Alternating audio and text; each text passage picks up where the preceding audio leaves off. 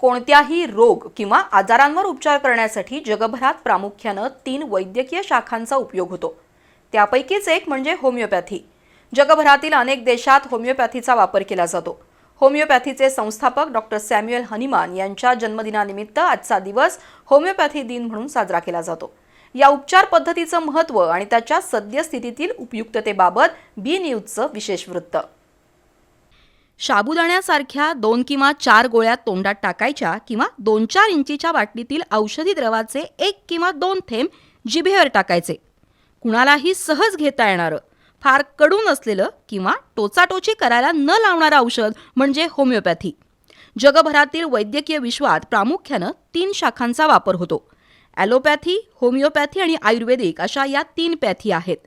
आयुर्वेद ही प्राचीन भारतीय उपचार पद्धती आहे, तर ॲलोपॅथी पाश्चात्य देशातून आली आणि होमिओपॅथीचा उगम जर्मनीमधून झाला।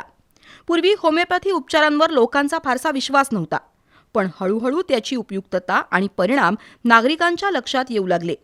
जर्मनीमध्ये मिसेन गावी जन्मलेल्या डॉक्टर सॅम्युएल यांनी प्रचंड संशोधन आणि अभ्यास करत विविध प्रयोगाद्वारे समलक्षण चिकित्सा हा होमिओपॅथीचा मूलभूत सिद्धांत मांडला आणि त्यानंतर आलेल्या विविध औषधांच्या अनुभवातून त्यांनी ऑर्गेनन ऑफ होमिओपॅथी हा ग्रंथ लिहिला। त्यांच्या मृत्यूनंतर होमिओपॅथी उपचार पद्धतीमध्ये व्यापक प्रमाणावर संशोधन सुरू झालं। कोणतेही दुष्परिणाम नसलेली होमिओपॅथी ही अत्यंत उपयुक्त उपचार पद्धती असल्याचं सिद्ध झालं। सध्या जगभरातील 100 पेक्षा अधिक देशांमध्ये होमिओपॅथी ही अत्यंत लोकप्रिय आणि सक्षम उपचार पद्धती म्हणून प्रसिद्ध आहे। जागतिक स्तरावरील होमिओपॅथी बाजारपेठेमध्ये फ्रान्सचा वाटा सर्वाधिक असून त्या पाठोपाठ जर्मनीचा क्रमांक लागतो। तर इंग्लंडमध्ये सुद्धा होमिओपॅथी रुग्णालयं ही त्यांच्या राष्ट्रीय आरोग्य सेवेतील महत्त्वाचा भाग आहेत। आपल्या देशातही विविध विकारांवर होमिओपॅथीद्वारे उपचार करून घेणाऱ्या रुग्णांची संख्या वाढतीये। संपूर्ण भारतात सध्या 8000 पेक्षा अधिक होमिओपॅथीची शासकीय रुग्णालये असून होमिओपॅथी प्रॅक्टिस करणाऱ्या डॉक्टरांची संख्या 3 लाखांपेक्षा अधिक आहे। विद्यापीठाशी संलग्न असलेल्या 180 शैक्षणिक संस्थांकडून होमिओपॅथीचं शिक्षण दिलं जातं। होमिओपॅथीमध्ये रुग्णांच्या सर्व शारीरिक लक्षणांचा सूक्ष्मरित्या अभ्यास केला जातो। शिवाय रुग्णाची मानसिकता, सवयी, पूर्व इतिहास, कौटुंबिक माहिती, आनुवंशिकता यालाही महत्त्व दिलं जातं। या सर्वांचा अभ्यास करून होमिओपॅथीमध्ये रुग्णांची औषधं निश्चित केली जातात।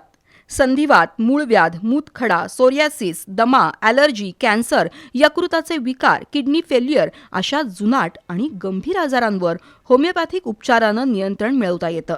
तर अनेक मानसिक विकारातही होमिओपॅथीची औषधं परिणामकारक ठरतात। अगदी कोरोनाच्या काळातही होमिओपॅथी औषधाचं महत्त्व अधोरेखित झालंय, असं होमिओपॅथी तज्ज्ञांनी सांगितलं। अशा प्रकारे पेशंटना,